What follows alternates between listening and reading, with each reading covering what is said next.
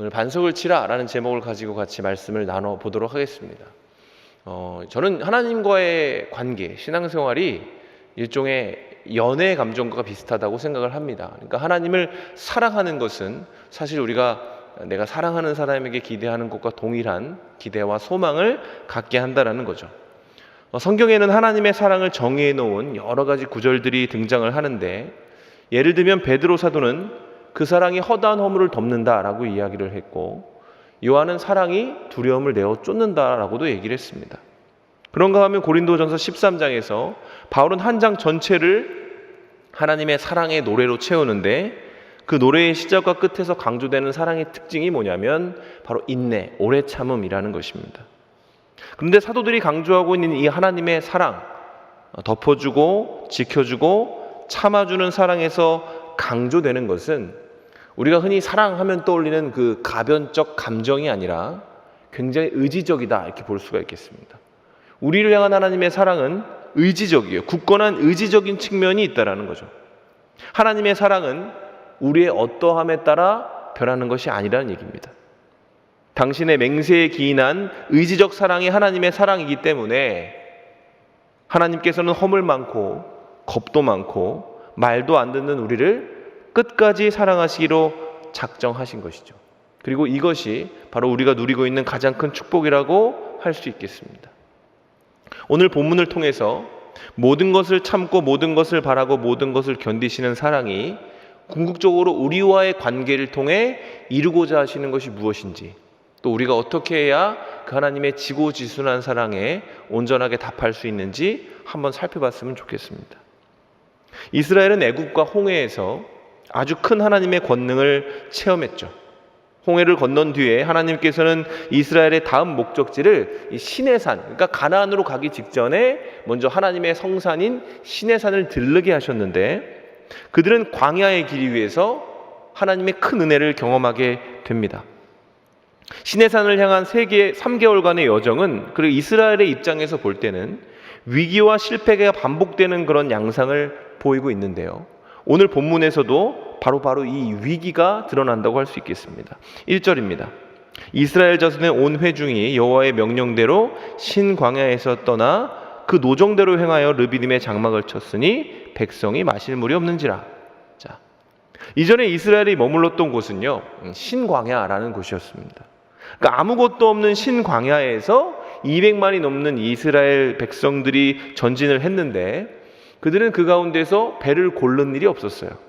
그리고 그 방법은 무엇이었냐면 하나님이 하늘에서 먹을 걸 주는 것이었습니다. 하나님의 신실함으로 매일매일 먹을 수 있는 만나가 내렸고, 또 만나만 먹으면 좀 질리니까 때를 따라 만나와 메추라기까지도 허락하셔가지고 그들이 단백질도 보충할 수가 있었습니다.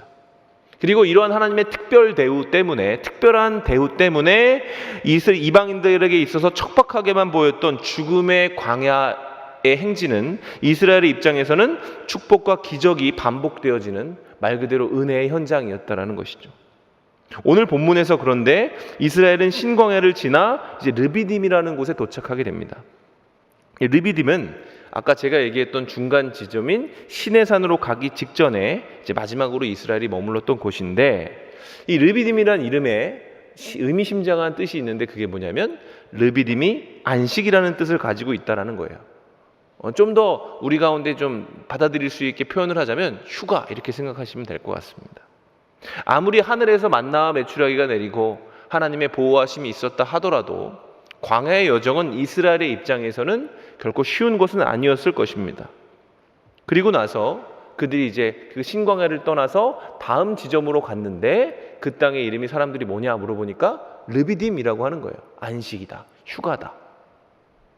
그들은 어쩌면 이 르비딤을 생각하면서 어떤 모습을 기대했을지 모르냐면, 엘림이라는 곳이 있잖아요. 그 전에 들렸던 곳이 야자수와 오아시스가 있는 그 엘림을 떠올렸는지도 모르겠습니다. 근데 르비딤에 도착했는데 현실이 완전히 다른 거죠. 눈앞에 펼쳐진 르비딤은 마실 물 하나 없는 갈증의 땅이었다라는 거예요. 광야에서 물이 없다는 것은 그냥 위기가 아니라 영원한 안식을 경험할 수 있는 것이기 때문에, 죽음을 의미했기 때문에 백성들의 마음은 매우 초조해졌고, 그 초조함은 금세 원망과 불평이라는 형태로 드러나게 됩니다. 그런데 생각해 보면 우리도 사실 이럴 때가 있죠. 하나님을 믿고 하나님을 따라가면 우리 삶에 안식이 있다고 하는데, 주님이 내가 너희를 쉬게 하리라 그러셨는데, 예수님을 따라가는 그 삶 가운데 르비딤과 같이 심각한 갈증과 위기가 우리 가운데 찾아올 때가 있다는 거죠. 근데 그러면 여러분 어떻게 합니까? 우리가 배운 대로 그 시간을 인내로 이겨내면서 하나님을 신뢰하고 하나님께 더욱더 간구합니까? 아니면 이스라엘처럼 원망하고 불평합니까? 굳이 답을 따질 필요 없이 후자인 분들도 꽤 있을 겁니다. 물론 하나님께 기도하고 헌신하고 또 하나님을 바라보는 사람도 있겠지만 말이죠. 그래서 우리는 이 본문을 보면서 이스라엘의 실패와 모자란 부분들을 보면서 감히 이스라엘은 도대체 왜 이래? 라고 얘기할 수는 없는 거예요. 왜? 그 모습이 바로 우리의 모습이기 때문에 그렇습니다. 그들을 대처하시는 하나님의 어떠하심에 우리는 집중을 해야 돼요. 대신 하나님이 이런 이스라엘을 어떻게 대하셨는가? 이 시대를 가득 채운 결핍과 갈증에 그 원망과 불평에 대해 하나님이 어떻게 우리를 다루실지를 이스라엘을 보면서 그 하나님을 볼 수 있어야 된다는 것이죠. 자, 르비딤의 환경에 대한 이스라엘의 반응이 3절과 4절에 이렇게 나와 있습니다. 거기서 백성이 목이 말라 물을 찾음에 모세에게 대하여 원망하여 이르되 어찌하여 우리를 애굽에서 인도에 내어서 우리와 우리 자녀와 우리 가축이 목말라 죽게 하느냐? 모세가 여호와께 부르짖어 이르되 내가 이 백성에게 어떻게 하리까? 그들이 조금만 있으면 내게 돌을 던지겠나이다. 3절은 이스라엘이 모세를 향해서 원망했다라고 되어져 있는데, 사실 실제로 그 원망은 모세를 향한 게 아니었어요. 하나님을 향한 거였습니다. 그리고 이 원망이 이스라엘을 망가뜨리기 시작하는데, 그 망가지는 모습, 원망과 불평이 우리 가운데 쌓이게 되면 어떤 모습으로 망가지냐면, 첫 번째로는 언어가 망가집니다. 지금 이스라엘이 하는 말을 들어보세요. 이렇게 얘기합니다. 어찌하여 우리를 애굽에서 인도에 내어서 우리와 우리 자녀와 우리 가축이 목말라 죽게 하느냐? 거의 폭언에 가까운 말이죠. 지금 이스라엘은 해야 할 말과 하지 말아야 할 말을 분별하지 못하고 있어요. 그러니까 물에 빠진 사람을 건져놨더니 보따리 내놓으라고 막 소리를 치는 겁니다. 여러분, 그리고 이러한 거친 말은 말로만 멈추는 것이 아니라 금세 거친 행동으로 번져가는데, 그들이 어떻게 행동을 했냐면 눈에 살기가 등등해서 모세를 돌로 치려고 시도했습니다. 모세가 생명의 위협을 느낄 정도로. 여러분, 이게 목마름이 우리 가운데 있을 때 우리의 형태가 될 수 있는 거예요. 목마름은 이스라엘을 통제 불능으로 만들어 버렸습니다. 근데 가만히 보면 이스라엘의 이런 모습이 낯설지 않은 이유는 이스라엘은 항상 이랬다는 거예요. 항상. 그들은 애굽에서도 그랬고요, 홍해에서도 그랬고요, 신광야에서도 르비딤에서도 변함없이 똑같이 행동하고 있습니다. 원망이 그들의 지병이고 습관이었다는 얘기입니다.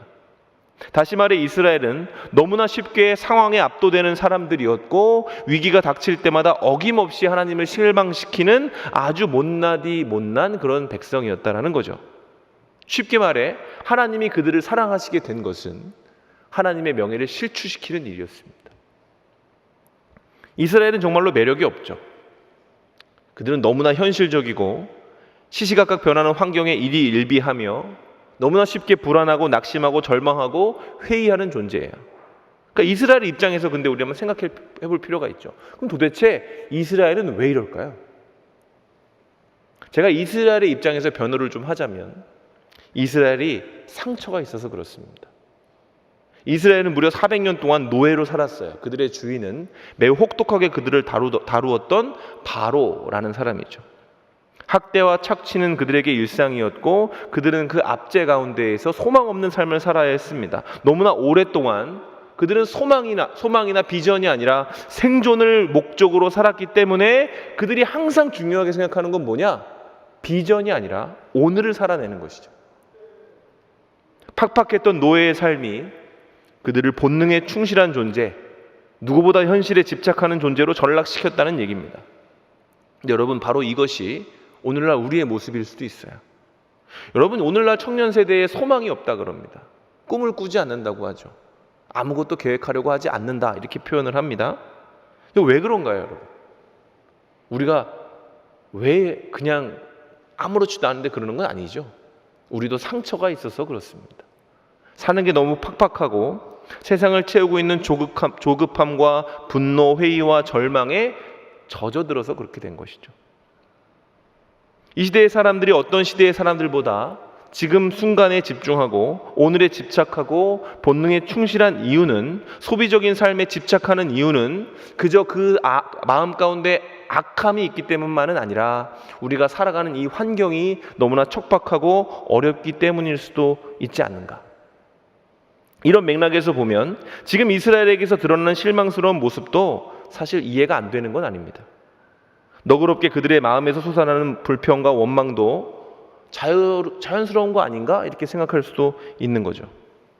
하지만 이스라엘이라면, 지금까지 적어도 신광야를 지나왔던 르비딤에 도착한 이스라엘이라면 그러면 안 되는 거였죠. 왜냐하면 이스라엘은 항상 하나님의 기적과 은혜 가운데에서 인도하심을 경험했기 때문에 그렇습니다. 모세의 말에서도 이러한 부분이 잘 드러나는데 2절에서 모세가 그들이 분노하고 의심하는 부분에 대해서 이렇게 얘기를 하죠. 백성이 모세와 다투어 이르되 우리에게 물을 주어 마시게 하라. 모세가 그들에게 이르되 너희가 어찌하여 나와 다투느냐? 너희가 어찌하여 여호와를 시험하느냐? 갈증과 짜증으로 폭발한 이스라엘한테 모세가 뭐라고 얘기해요? 어찌하여 그러냐? 이렇게 얘기합니다. 여기서 어찌하여로 번역된 히브리어는 마인데 여기서 마라는 거는 부산 사투리랑 좀 비슷해요. 이거랑 비슷한 겁니다. 부산 사람들은 아실 겁니다. 너 왜 그러는데? 약간 이런 거죠. 강한 질책의 의미를 담고 있다는 겁니다. 모세는 그들의 행동에 대해 질책하고 있습니다. 그 이유는 모세도 같이 그들과 동일한 공간을 걸어왔거든요. 동일한 기적을 보았고 동일한 역사하심을 경험했기 때문에 그렇습니다. 그러니까 모세는 이런 거예요. 너는 왜 못 믿는데? 도대체 뭐가 부족한데? 이렇게 얘기를 하는 거죠. 여러분, 애굽에서 이스라엘이 르비딤까지 오는 동안 하나님은 이스라엘을 정말 특별하게 대우하셨어요. 기적의 연속이었죠.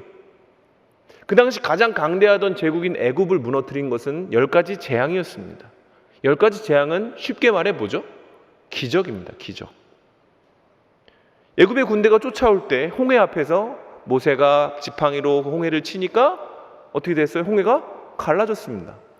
이게 뭐죠? 이방인들이 봤을 땐 기적입니다.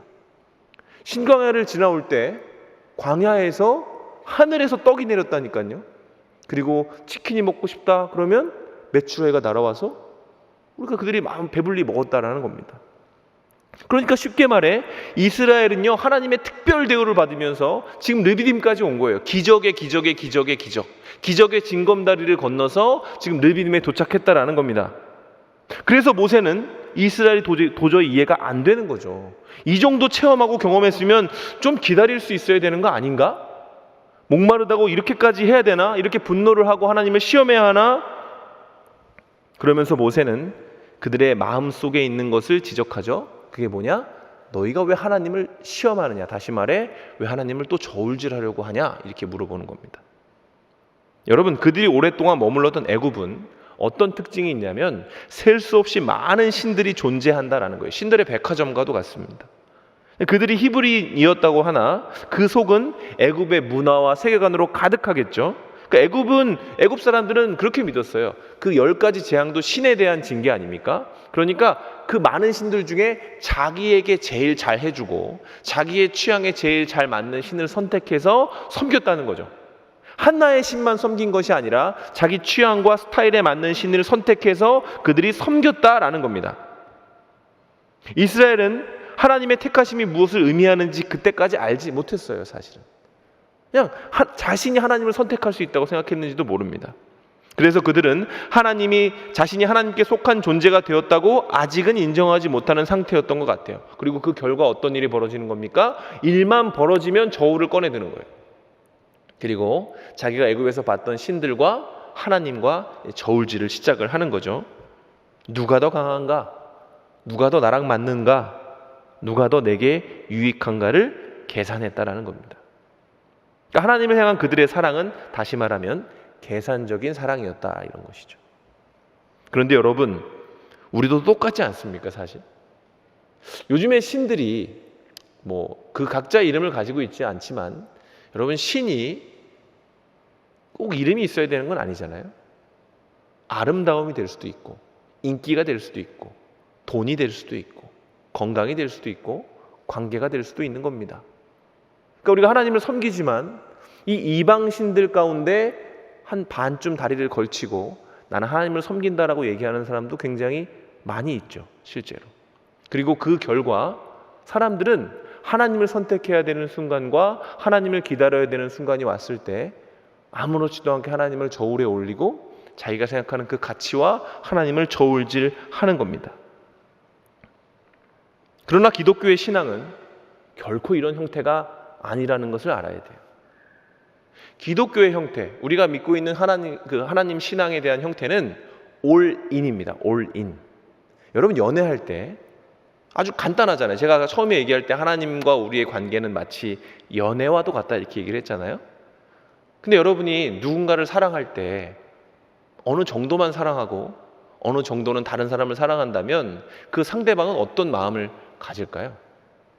괜찮을까요? 여러분 데이트하다 보면 데이트 안 하나요? 죄송합니다. 데이트하다 보면 옆에 매력적인 이성이 지나갈 때 눈만 돌려도 옆에 있는 사람이 그래요. 그치 너도 그렇게 생각하지? 이렇게 합니까? 옆구리를 딱 명치를 치지 않습니까? 네. 마찬가지예요. 하나님도 우리에게 질투하십니다. 우리가 다른 신들과 자신을 하나님 당신을 올릴 때 하나님은 결코 그것을 기다리지 않으신다는 거예요. 근데 그 형태가 뭐냐? 분노나 징계가 아니라 놀랍게도 하나님은 자신을 더 드러내고 우리에게 자신을 더 자랑하는 형태로 우리에게 다가오신다라는 겁니다. 그리고 제가 왜 하나님을 믿을 때 이렇게 올인을 해야 하는가 이렇게 단정지어서 얘기할 수 있느냐 하면 하나님이 우리에게 이미 올인이 뭔지를 보여주셨기 때문에 그런 거죠. 우리가 살펴봐야 될 부분은 이 불의한 저울질에 대한 하나님의 반응이 무엇인가인데 맨 처음에 말씀드렸듯이 시내산의 여정은 시내산까지의 여정은 위기와 실패의 징검다리를 건너왔다고 얘기를 했습니다. 어김없이 이스라엘의 행동은 또 똑같았죠. 참 대단한 존재입니다. 근데 이 행동을 받아내시는 하나님은 더 대단하시죠.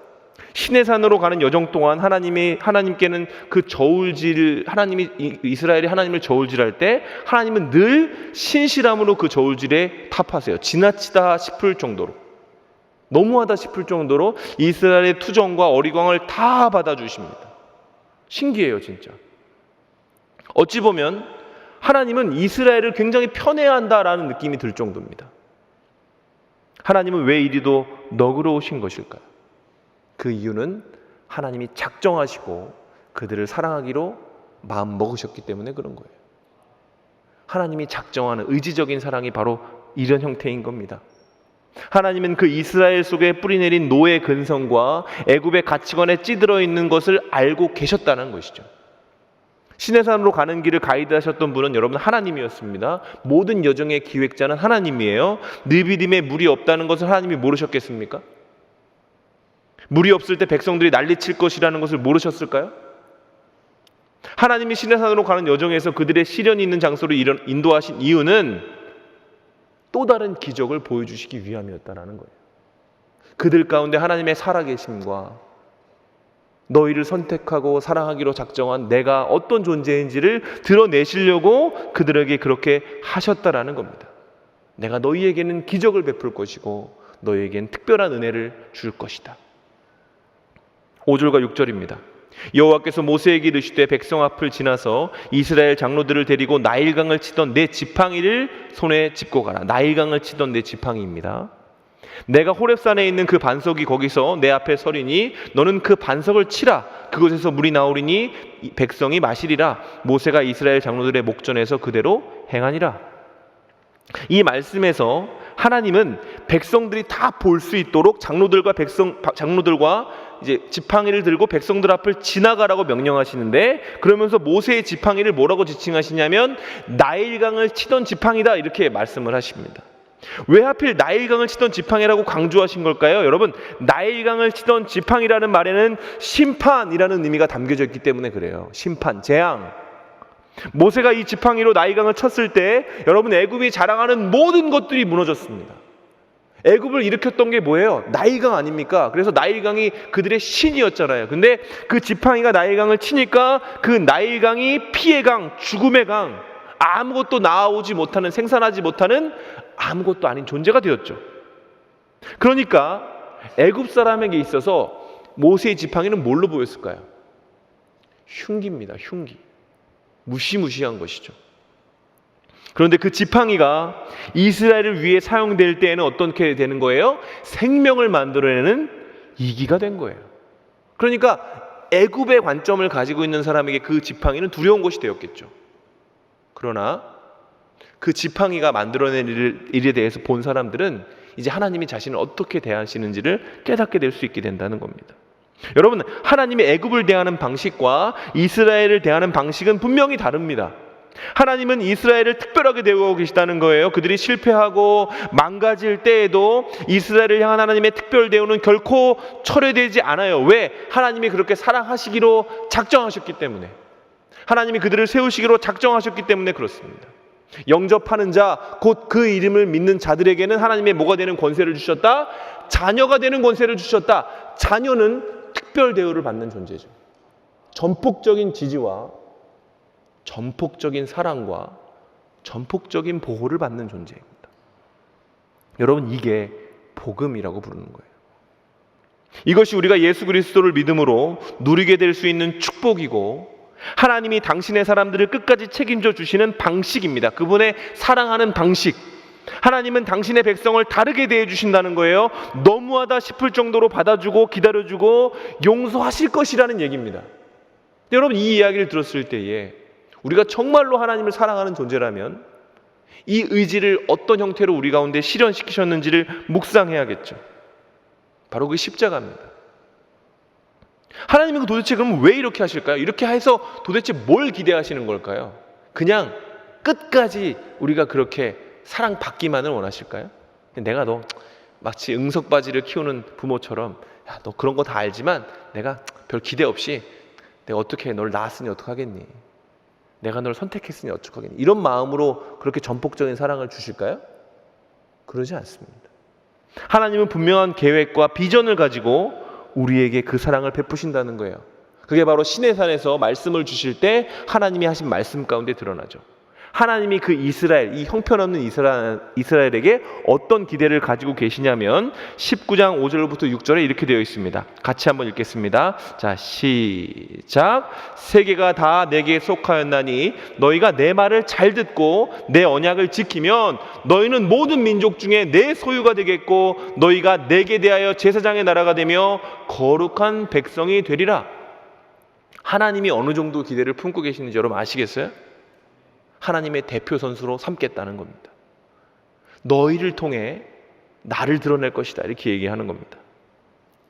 하나님은요, 이스라엘이 형편없을 때에도 이런 기대를 한 번도 철회하신 적이 없어요. 왜? 약속하셨기 때문에. 그것이 언약이라는 겁니다. 이스라엘 백성이 엉망진창일 때도 그들을 택하셨고, 그들의 수준을 알고도 사랑하시고 인도하시고 하나님의 소유 제사장의 나라 거룩한 백성이 되게 하시기로 마음먹으셨다.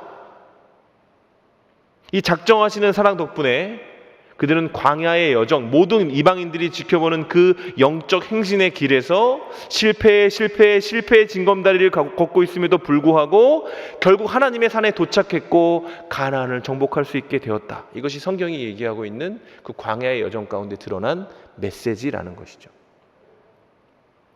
말씀을 정리해보죠. 7절에 이렇게 되어 있습니다.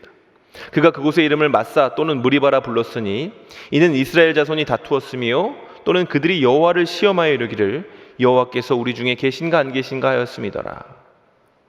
7절은 한바탕 소란이 끝난 뒤에 상황을 정리하는 구절인데요, 가장 눈에 띄는 것은 뭐냐면 그 땅의 이름이 바뀌었다라는 거예요. 근데 바뀐 이름이 뭐냐면 좋은 뜻이 아닙니다. 안식이라는 좋은 뜻을 가졌던 르비딤이 그들이 어떻게 기억하게 되었냐면 시험을 뜻하는 마사, 다툼을 뜻하는 무리바로 불리게 되었습니다. 앞으로 르비딤은 이스라엘이 하나님을 시험한 장소, 하나님과 싸운 장소로 이스라엘 가운데 기억될 거라는 겁니다. 그러니 그들은 이 이름은 어떤 식으로 기억해야 할까요? 하나님이 그들을 어떻게 대하셨는지를 깨닫는 것이 되는 거예요.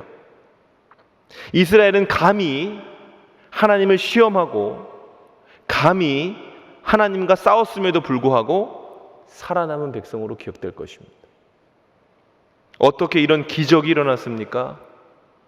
하나님이 그들의 허물을 덮어주시고 그들의 두려움을 이해하시고 그들의 패역함을 참아주셨기 때문에 일어난 것이죠. 이스라엘을 향한 이런 특별한 하나님의 작정하심과 위대한 의지로 말미암아 그들의 머리 위로 떨어졌어야 할 심판의 지팡이가 그들의 머리 대신 반석을 깨어서 생수를 쏟아내는 구원의 역사가 그들 가운데 일어난 것입니다.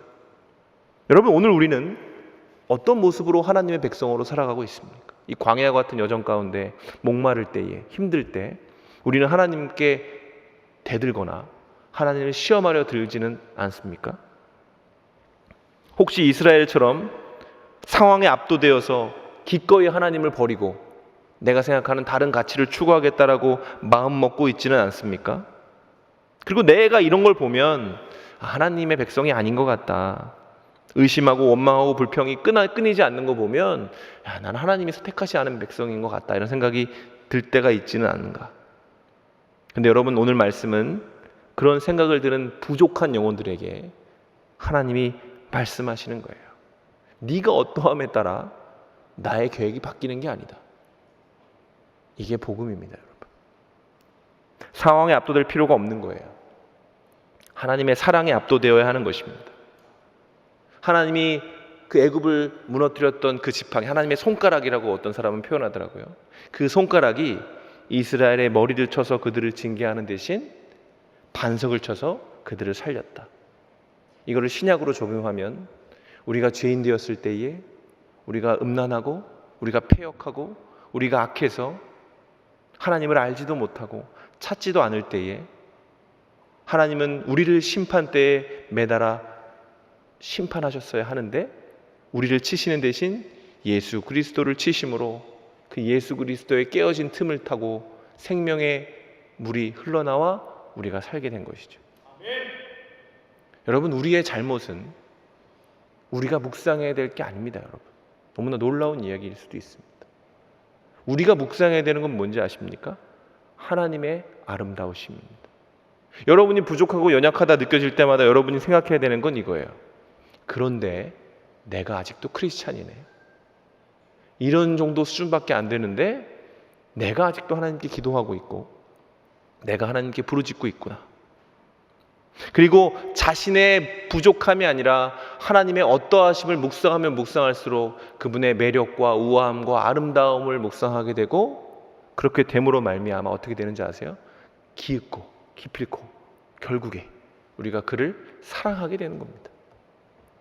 하나님은 늘 우리에게 당신의 매력을 드러내고 계세요. 그분의 인자하심과 아름다우심을.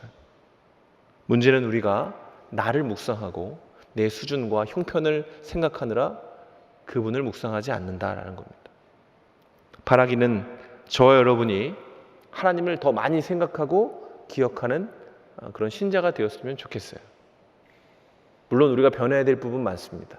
우리가 밀어내야 할 죄들도 많고 그런 죄에 대해 지적하는 것은 멈출 필요가 없습니다. 그러나 죄를 지적하고 회개한 이후에는 반드시 하나님 앞에 나아가야 합니다. 그리고 보세요. 내가 깨어져야 될 순간에 깨어지신 분이 누구신지, 이런 나를 살리신 분이 누구신지, 그것을 깨닫게 될 때 우리는 믿게 될 거예요.